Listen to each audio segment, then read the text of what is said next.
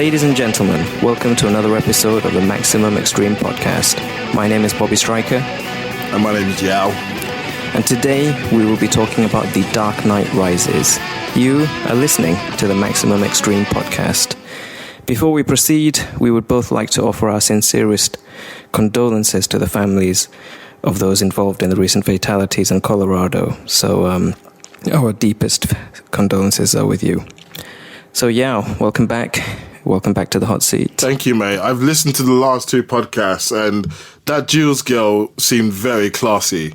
You know, she actually brought in quotes about Shakespeare and stuff, and yeah, it just exposed how uncultured you were. Actually, I was. You didn't know that. You didn't know that. You didn't know Romeo had a love in the beginning of the Romeo and Juliet. That's the thing we all do in school here in the UK.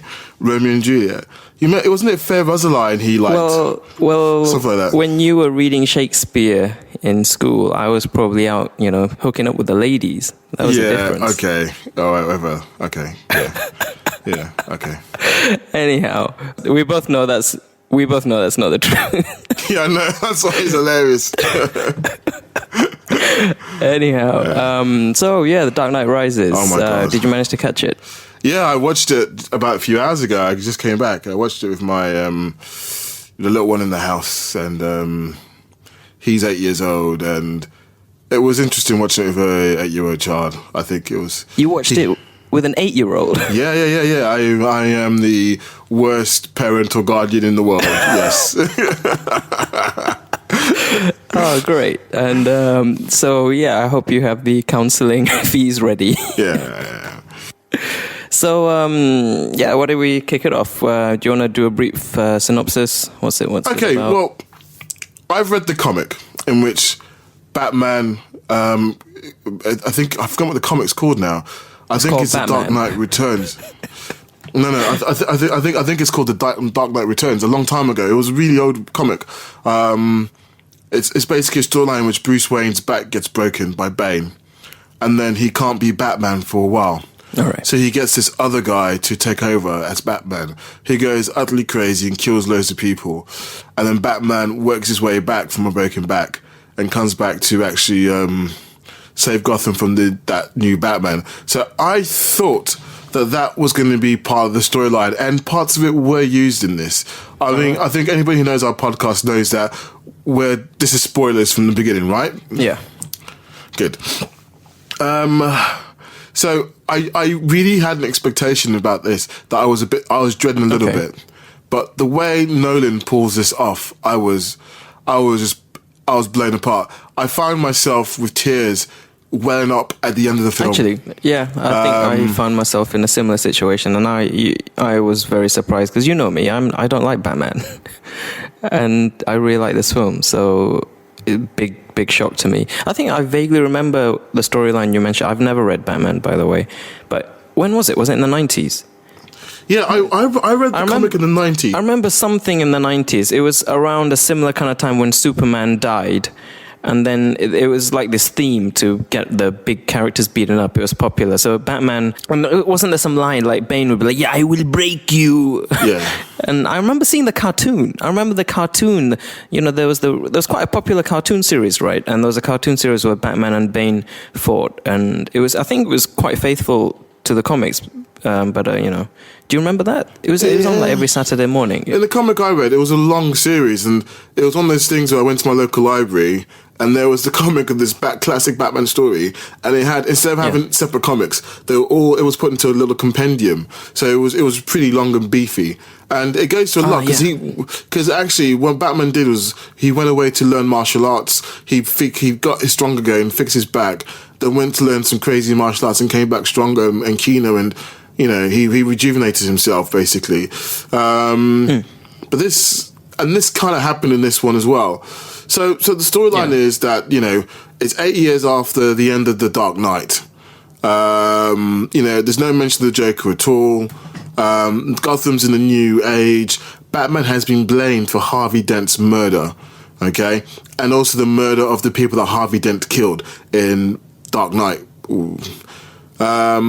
So he took the fall, right? He took the fall, but the reason he took the fall was so that the laws that Harvey had put into effect could work, and the organised crime lords could all stay in prison. And they had been there indefinitely without parole. So it was built. And on he was a also lie. like some kind of beacon of like hope as well, wasn't he, for Gotham? Yeah, he was like was a this symbol. golden boy that they all looked up to, and if this had been leaked and revealed, I think it all would have collapsed. Yeah. So that's where we start. And Wayne's a recluse, right? Yeah, he's been out of action. He turns out at the beginning of the film to be a cripple, which I didn't understand because he can hardly walk. He took a beating as being Batman, but you never got the sense at the end of the Dark Knight that he was actually injured, because he runs away at the end. He's perfectly fine. So, and that was the last time he was ever seen. So you'd think that his injuries would be from that one day, but I don't know, it's just weird. Like he's got no knee cartilage and he can't walk properly, and he doesn't want to go out. And Alfred's upset because he's got no social life. Don't forget the scarred kidneys. Yeah. Well, you can get a scarred kidney if he had a hematoma from his beatings and so on. That's possible. Yeah, I remember the old Muhammad Ali and Foreman fight. He was always saying to Ali, "I'm going to keep giving you kidney punches until you pass blood." Nice. Anyhow, Wayne was a recluse, and certain events take place to reignite his interest in the outside world, right? One of them being the Catwoman. Yeah? Yeah, I quite liked her character in the film.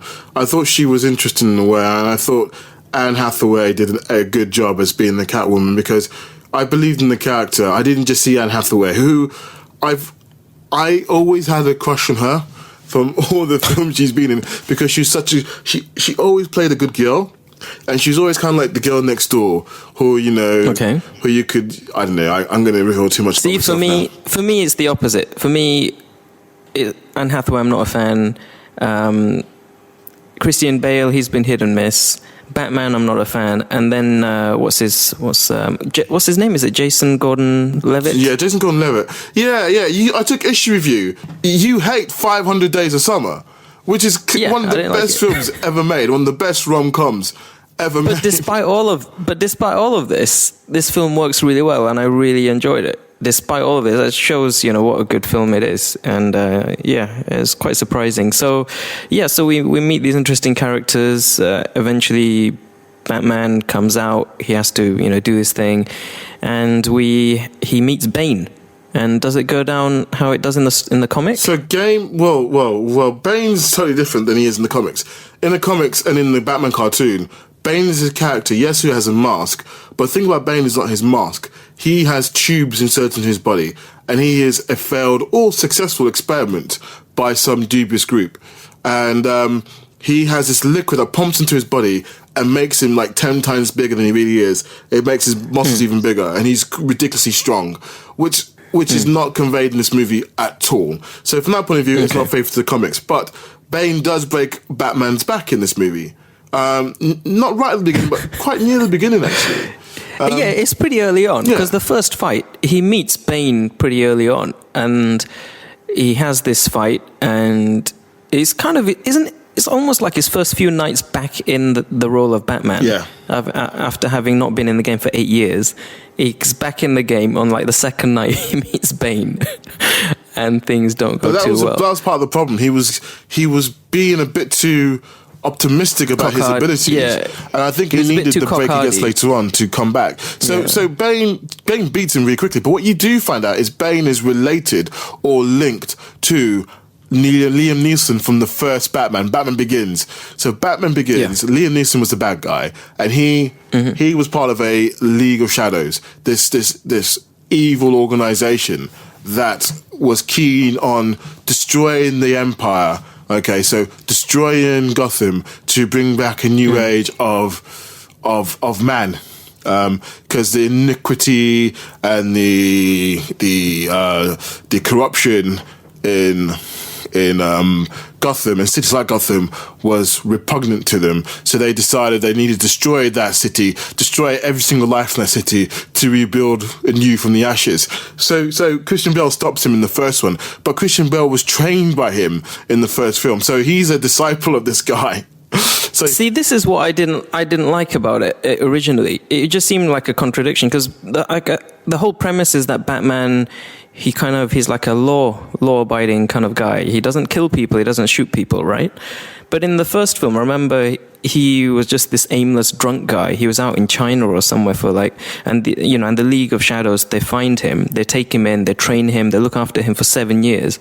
And fair enough, I think the initiation into the League of Shadows was that he had to kill some pig-stealing farmer or something.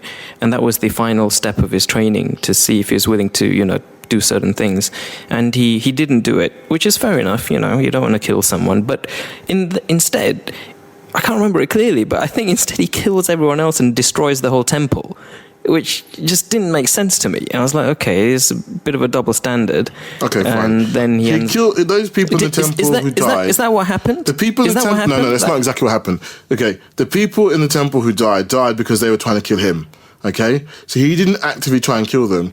He set fire to the place and destroyed it to try and get away free. Oh, my mistake. And he would have had to kill that pig farmer in cold blood, which is a mild distinction which psychopaths like some people, I wouldn't mention Bobby, don't understand the distinction between. So he didn't want to kill this man in cold blood, and he doesn't want to kill people.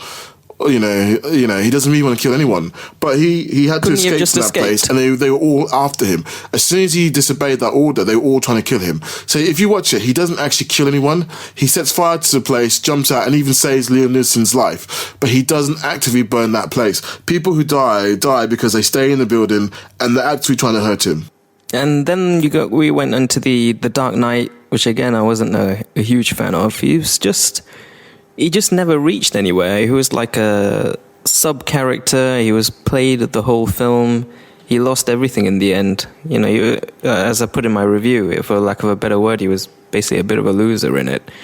But I guess it was a build-up to this, in which it's interesting. The whole scene where he breaks his back, and it seemed like Batman was actually not in the film for like a good third of it. But he was trapped in this prison. He wasn't the main character because he was. The thing about this movie is that there were many interesting characters, but I can't really say who was the real main character. It flitted between quite a few characters, which actually stopped me from getting bored. So definitely.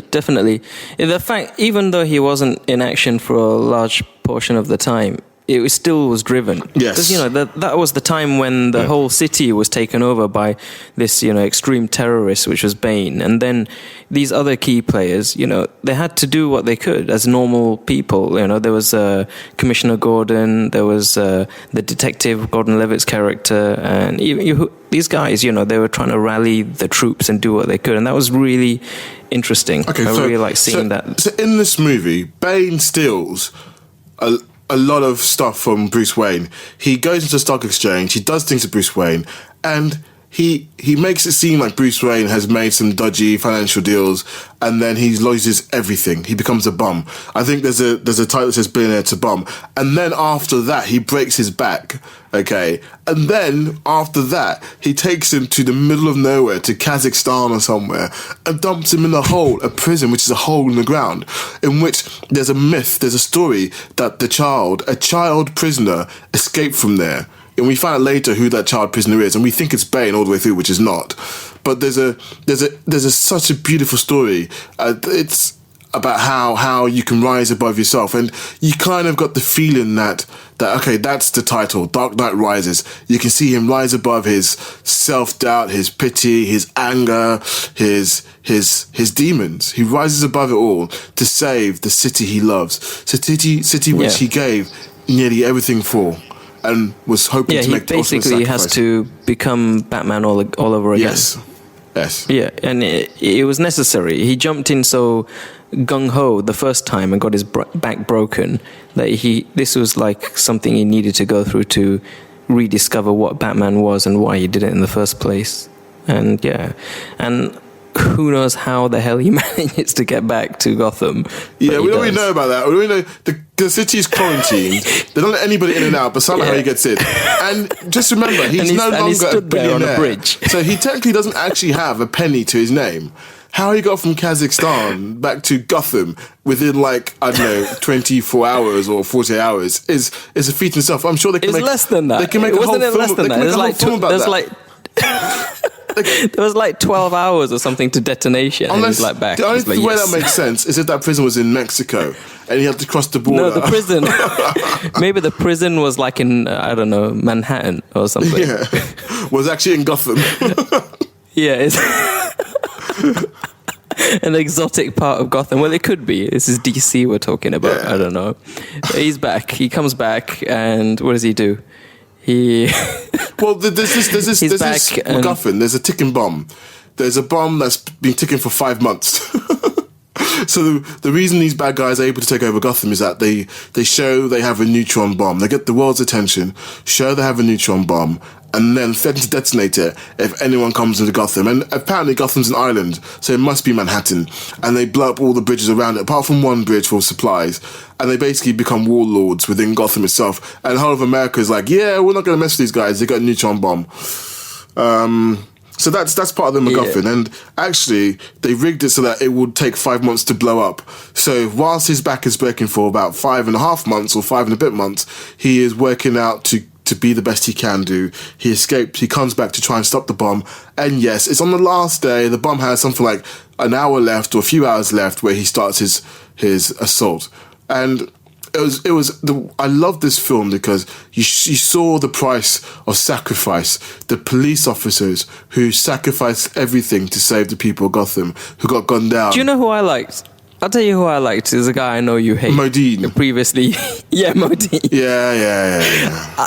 I liked him. Because he was a coward. He was a coward, but I liked him when he came out and he was there with the troops. He was at the front. I was impressed. He stayed at the front. Yeah, he was at the front. I mean, he's one of those guys, he knew what he was doing was wrong, but like you said, he was a coward. Yeah. But then in the end, his conscience did the right thing. He played out. And actually, it was like the March of the Light Brigade. The way he ran out there and, led his men with hand pistols against people with machine guns. Even Batman came with his crazy Batcopter and shot some of them down. He didn't do that much. He shot a few of them, then ran away.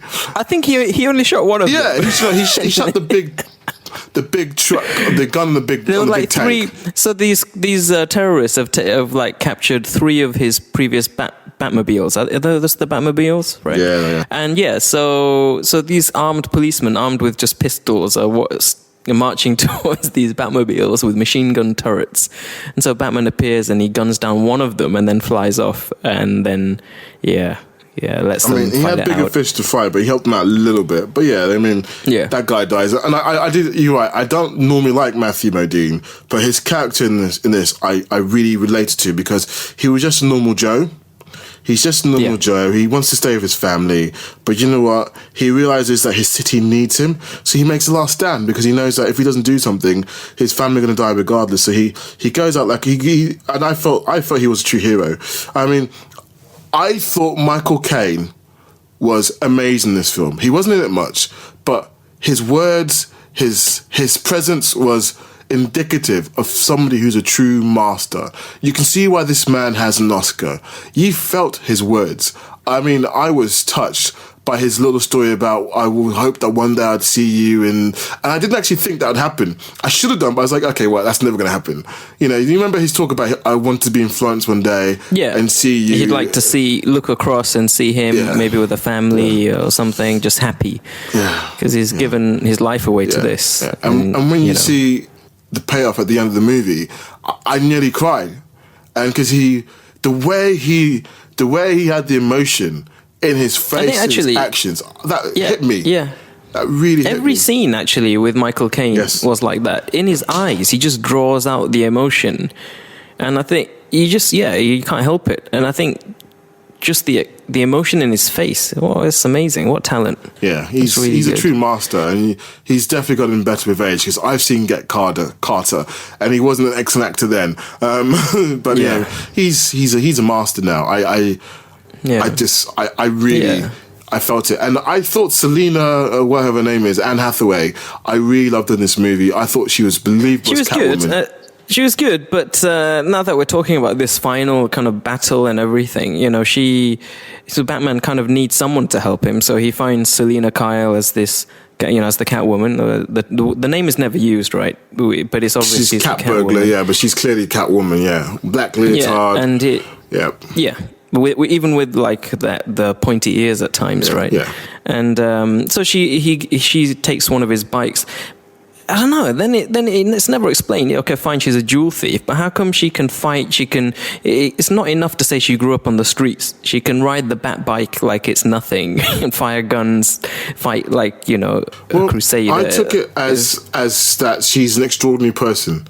She has her own backstory, which I'm sure could be made into her own movie, which you don't know much about. And for me, that's when you have realism in a film, where you see something that clearly has a great explanation, but they don't go out of the way to give you exposition to say, this is why this happens, and this is that, and this, she had this tough, she did this, she did that. It gives you just enough to feel there's a hint of something greater behind her. And he himself sees that she's a better person than she is, but you find out that her whole record of the things she has done have made her the person she is. So she has this sort of Damocles over her head of her alleged activity as a jewel thief. So then she's now stuck in that world, and she wants to find a way to give herself a clean slate, a tabula rasa, as you will. And she finds a way through Bruce Wayne, but she's not a good person, or necessarily a bad person. I mean, I watched her with a kid, I told you that, and he kept on going, is she good or is she bad? And I said to him, well, the world is grey. But I just realised Are you sure it wasn't you asking the kid? No. I mean, I was like confused as well, to be honest. But like, I felt it was so nice to see that through his eyes, where he's like, is she good or is she bad? I would have liked a little bit. Of something, because then for me it was just saying, okay, jewel thief now riding bat bike and killing. But she was clearly more than a jewel thief. The way she conducted herself. Look at the way she conducted herself when she met with those guys who were going to kill her. Yeah, she knew she had the perfect backup. She thought ahead. So you saw the hints that she wasn't just a jewel thief. She was somebody who thought 30 paces ahead. Yeah, that was just planning, though. That doesn't imply the skill and other things. It would have been nice just to have had maybe something. I loved when the police burst into that deal and she just acted like a dumb woman. Just screaming and shouting. And that, to me, just emphasised how... To me, it showed that Nolan was thinking about, actually, she's not that. She's so not that. She is a strong female character. And we've talked about strong female characters before, haven't we? No, for me... The whole bar scene where she starts screaming and yelling and acting like a bimbo so that the police ignore her, that fits into the persona of a con artist and expert jewel thief. That's what she's trained to do. So that bit's fine. And then you see her, she's got some, kind of shabby apartment in Gotham, and she's staying there with that other woman, that other girl. And then suddenly she's in that suit, riding the bat bike at the end, blowing things up. It was just too much of a jump, If she really had some kind of secret history where she was trained and she's some expert at fighting and weapons, then surely she would have had the knowledge and the skill to have found another way to get out of Gotham and not have had to rely on a Batman to provide her that clean slate thing. So it was just a bit too much of a leap for me. That's what I think. I can see how it could be better, but how much longer did you want that film to be, Bobby? How much longer did you want that film to be? Well, we could have had less of Batman swinging around in a whatever that prison place was. No. You needed to see his attempts. You need to see him fail, and then you need to see him transcend and be like, "That's it. I'm going to go for it." And I love the prisoner who didn't speak English at first, who spoke in this different tongue, and then at the end he starts speaking in English, and that. I don't know. To me, that just gave it a bit more gravitas. He's like, wow. To me, it just did something. It felt. It was good, authentic. Yeah, it was good. But that scene was very akin to a lot of films, like even 80s films, like the whole kind of prison film and like montage scenes where these guys train, and it is in essence a training montage scene, but it's kind of dressed up more fancily. I would argue that actually, if we made more films like did in the 80s, would it be better off now? Imagine Commando today made with the effects we have now. You know, imagine Running Man. Imagine, dude, they're doing it. Total Recall, RoboCop. It's all happening, I know, and but they're not working out too good. Yeah, but it's been made by morons. If it was made by the same people who made those movies, that's usually the problem. Yeah. But yeah, so we end up in end of Dark Knight, and there's a fairly big reveal, right? Well, yeah, which I really liked. Yeah, you wanna break it? Well, I thought this girl was suspect. This Marion Cotillard, the lady you loved from years ago, this amazing, very good French actress who didn't come across French at all in this, who was this member of the board, who's a rich girl who Bruce trusts and even has a relationship with briefly. So you feel at one point she's his most trustworthy ally, but she turns out to be the person who escaped from that prison. She turns out to be the daughter of Ra's al Ghul, and lead of Shadows, whatever they're called. And it's amazing how she literally puts a knife in his back. Yes, that's nice. Physically and metaphorically, in all senses. Knife twisting in his back. Nice. But that's his second encounter with Bane, where he does a little bit better. A lot better, but Bane still nearly gets him. If it wasn't for Catwoman blowing him the hell up with her crazy guns. When he punched Bane and he broke those little pipe things, I don't know. It seemed for a while that Bane, I don't know if he was just really angry, but he almost seemed hyper strength, hyper powered. He started punching really fast and like breaking the pillars. Yeah, and things. that was interesting. I don't know. I don't know if there was something implied there, like maybe there was some kind of juice or something. I don't know what that meant. But in the prison, you get to hear that the doctor made the mask, and the only thing in the mask is morphine, which actually should make him dopey and weak, but it's just to cover the pain of his injuries. But I'm sorry, no injury like that should be painful for that long. But I loved Hardy as Bane. Yeah. I thought it was great. I loved the voice. Could you hear him well? I found that. Yeah, I did. I had to actually. The theatre I went to actually had really bad sound, and Bane's voice sounded odd. But because his voice was so different, you actually had to listen to him. So you found everyone in cinema straining and paying attention to every word he said. Yeah, I mean, in my cinema anyway. But that definitely wasn't the case out here. And remember, here, we've got a huge demographic, a lot of people, of course, English first language, but a lot of people will be more comfortable in Mandarin. And it wasn't the case. I loved how he spoke. Every syllable, every word was enunciated like so clearly and playfully. He just has this kind of really confident, playful tone, which made him a real kind of joy to listen to. I really enjoyed his character. Bane was definitely a special character. The way he, like in the beginning where that plane crashes and he tells that guy he has to stay behind, and he's happy to stay behind. He's happy to die and stay behind. And he's like, he asks him a question about will they succeed on that stuff. And the way Bane answers him, you can see how they kind of worship him slightly. And even when he kills them, they're still grateful. Yeah, the guy sacrifices himself, right? Yeah. He's like one of us. They expect to see one of us. And the guy, he just sits back. Yeah, he just sits back. Yeah. But I love that. I love that's the first time we meet Bane, and I think there's some kind of line. It's like, what are these? What's this mask for? What happens if I break the tubes? And he goes, it'll be painful. And then he says something, goes, for you. Yeah. And he's just a really cool character. I really like that. I was actually talking about a different big reveal, not Marion Cotillard's character, but a certain detective and who he is. Yeah, Jason Gordon-Levitt's character. Well, he's Robin. Yeah, that's cool. Well, it was interesting. I think he's not going to be. For me, because I read the comics and Batman has someone to take over from him afterwards, I thought of him as being Batman, not being Robin. But yeah, I think the influence is that he is going to be a Robin, but instead of being Batman's sidekick, he's going to be Batman's replacement. Okay. I thought that was cool. But it was still cool. But there was something about that character I loved. I loved the way that he was just a normal guy doing things, and he was an orphan from a similar background. And part of me just kept on thinking, this guy's like Bruce Wayne, but poor. I think that's basically kind of what they tried to pass to you. But I thought he was really good. And when I really think back now, I can't know what he actually did in the film, because he wasn't super effective, but he was, even when he went to save Gordon was actually badass. He saved himself. He saved himself. But Gordon Levitt was really good. No, I really liked him because him and Gary Oldman were the main kind of leads while Batman was out of action, recovering in the prison. You had this feeling that Gordon Levitt was, he had this feeling that he was part of the heart and soul of the movie. I just got this feeling that he was a belief in Batman. Because, a lot of people have stopped believing in Batman and seen him as a criminal and a murderer. But he believed in him full stop. And you find out that he actually knew his identity from a long time ago. He worked out as a kid that he was Batman. And that's interesting. There's something that stood out about him.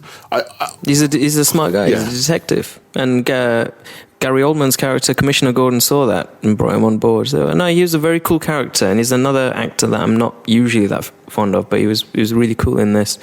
And it was kind of obvious. You saw it coming that he was quite so strong and good at what he was doing that he was possibly going to be some kind of sidekick. Yeah. And then, of course, when the woman gives him his file and says, "Oh yeah, that's a nice middle name. You should use it, Robin." Then it's like, "Oh yeah, okay, cool. He's Robin." Yeah. But the thing else to say is the sacrifice, or the apparent sacrifice in the movie, where we believe Batman flies the neutron bomb over the ocean and dies, because we're led to believe the autopilot in his thing doesn't work. And right at the end of the film, we find out the autopilot does work. He fixed it, and that he may or may not be alive. After we've gone through the burial of him with Alfred crying, and I felt so bad when Alfred was crying to the grave of Bruce Wayne and his parents, and looking away from Bruce's grave, looking straight at his parents and saying how sorry he was for failing them. I was like, because I believed he was dead, and normally, what's that? Normally, I don't believe that, but I was like, there's no way. And I was like, this is Christopher Nolan. He's dead. I was like, he's dead. He's not coming back. And this is. Do you think it would have been better if he was left dead? No. Only because that payoff from what Alfred says earlier on, it was so much better, and it hit me so hard because I was hoping it was going to be true, but I didn't believe it was going to be true because I was like, this is Nolan. So when he was dead, and then when Alfred goes to a place in Florence, sits down, has a cup of tea, and there he looks up, and you don't see Bruce Wayne yet, but you see Alfred smile and nod, and you see tears in his eye. You think, no, it can't be. And then you see Bruce Wayne sitting down opposite Selena Kyle, who's with him. They're clearly in love, clearly happy. He had that program that can wipe away people's identity. So she's clean, and he's probably done something to himself as well. He's presumed dead anyway. And it's such a beautiful. It was such a beautiful moment, and at the end, I seriously nearly cried. And thinking about it just a few minutes ago, I had some tears well up in my eyes. I thought that was, I thought that was really emotional. I can't wait to watch it again in the better cinema. I can't wait. It's a good film. And I'm so buying the trilogy. I already own Batman Begins. I actually own The Dark Knight as well.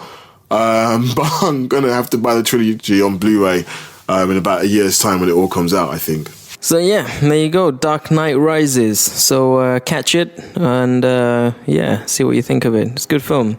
I'm going to tell you something, which is something you probably won't care about, but interesting, something I just read online, a blog I like to read sometimes, a blogtoread.com, and they're saying that Bruce Wayne was wearing a Jaeger-LeCoultre Ultra Reverso Grand Date watch. All right, that was a cool watch. And I actually noticed it. I was like, wow, that looks cool. It's interesting. Iron Man, in the first Iron Man movie, he was wearing a Bulgari Diagono.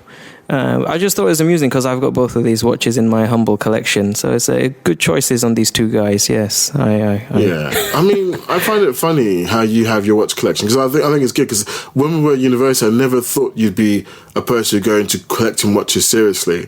I mean, you had that cool watch when we were at university. You got that beautiful watch from that family contact. And what was that? That was a Panerai watch. Well, the Panerai. And I think the years of having a good watch and the people who notice that, and then you found there's this actual subculture of people who actually pay attention to this type of stuff. Being called women, you actually became really interested in it. I'm really impressed by your. I'm going to post something later. You'll see because occasionally we get invited to these watch parties. Recently, I went to a Chopard evening, which was quite nice. But hey, have you seen that the website has changed? Have you seen that? I haven't seen that one because I've been in Communicado for a few weeks. That's where you got all your. You've been in a cave rehabilitating your back. Yeah, I broke my back. I had to go into a cave, and I've been trying to climb out, but I had to use the hoist in the end. It was terrible. Because I started posting reviews, and then I realized that the way I'd set it up, it was white writing on black background, and you start going blind after reading it for a few seconds. So I had to change the whole thing, and it messed up everything, and it was actually a bit of a headache. But it's semi-sorted now. Yeah, but, I think we should get more people to our website. I mean, I like the website. I haven't looked at it in weeks, but I like the ethos of what we got going on there. So we should tell people, well, what's the web address, Bobby?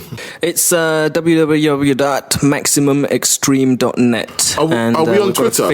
We're on Twitter as MaxX Podcast. Damn. And we have a Facebook page, so like us and subscribe to us if you like what you hear. And it's good. It's enjoyable. We like it, right? Yeah. I think the main thing is we're going to try and catch big movies and so on. Which it won't be big movies every week. But I think, what you did with your brother before Keeb with the top 10 movies I like that. It was funny, but I really loved that cast with Jules. And is she gonna do some more stuff for us, but like not necessarily movies, but like more fashion and so on? Is she gonna do anything with us in the future? She's a busy lady. We'll see. We'll definitely invite her and hope she'll come back to join us again. I thought she was actually quite good on the show. She was. I Like you said, she was. Really thought that maybe I should get a new co-host. It should be me and her. And you can still do what you do in the background, but I think you talk to her agent, right? Get her over. I think she's beautiful. I loved her voice. I loved her sensibility. I like the way she looked at things. I think she may have some reservations with that arrangement, but why? What?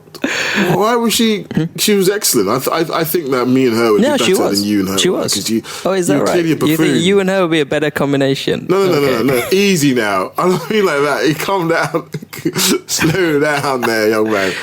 Hey, have you seen the new Judge Dredd trailer? No, I haven't. There's a new Judge Dredd movie. Out. Is it with Stallone? Check it out. With Stallone? It's with it's with Stallone and the original cast of the 97 or whatever 98 movie. It's going to be, and it continues exactly where the Sandra Bullock will still be hot. Sandra Bullock will still be very hot.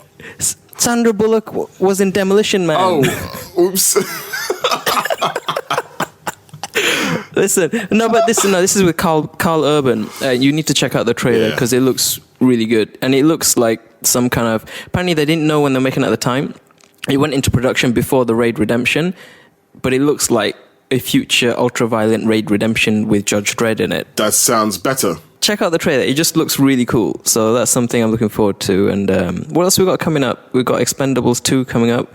My childhood hero, Jean-Claude Van Damme, he's in that. He's a bad guy, right? He's the bad guy in it, yeah. I think he said he chose to go down that route because it would give him more screen time. Whatever, no. Because he was offered it before as a bad guy, wasn't he? He was. And he said, no, I can't be the bad guy. And now he's like, I need the money. I'll be the bad guy. I'll be the bad guy. No, he was offered a semi-bad guy. He was offered Lundgren's role, right, in the first film. So he would have fought against Jet Li, and that was the whole premise behind it. But he declined being whatever reason. I think that's a good idea because that role would not have been good for him.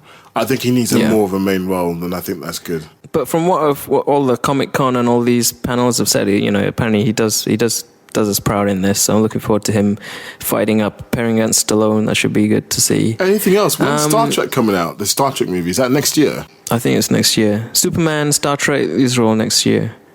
Have you seen Immortals? The guy who was in Immortals. Yeah, he's Superman. Yeah, I hated Immortals. I think he's going to be really good.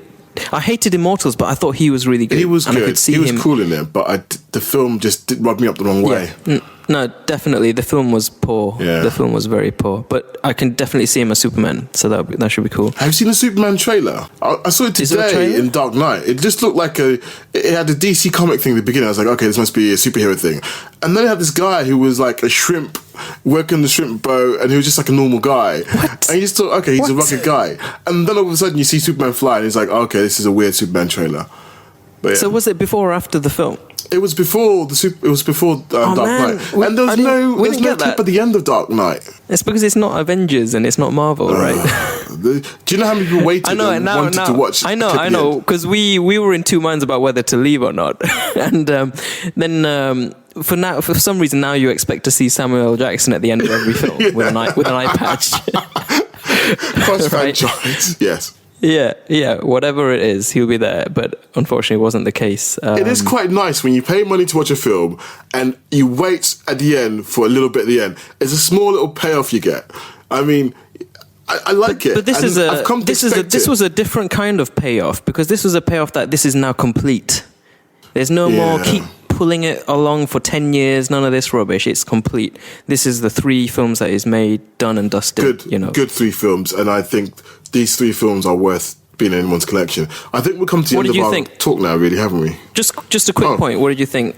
Which was better, Dark Knight Rises or Avengers? Oh, okay. Dark Knight Rises is because. Do you remember Dark Knight? You hated it. Yep, you hated it, and I told you it was one of the best films I ever saw at the time, and you didn't understand why. And there's a few small things we haven't talked about that just got me. It's like you know the bike in Dark Knight, which is also in Dark Knight Rises, in which he goes up a wall and it turns around in a funny way.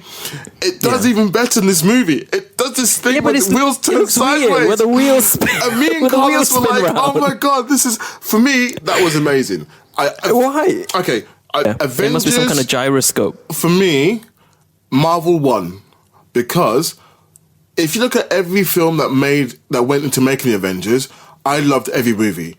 And for me, Avengers itself was a payoff for a lot of those movies, and it was truthful to the source material. It made certain characters extremely interesting.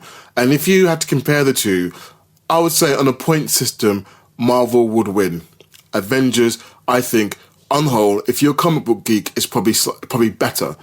But for me, Nolan does something to Batman which I think is amazing. He makes Batman believable. Do you remember how bad the Batman movies used to be? Do you remember what I've had a lot of counselling. Do you remember what a joke it was?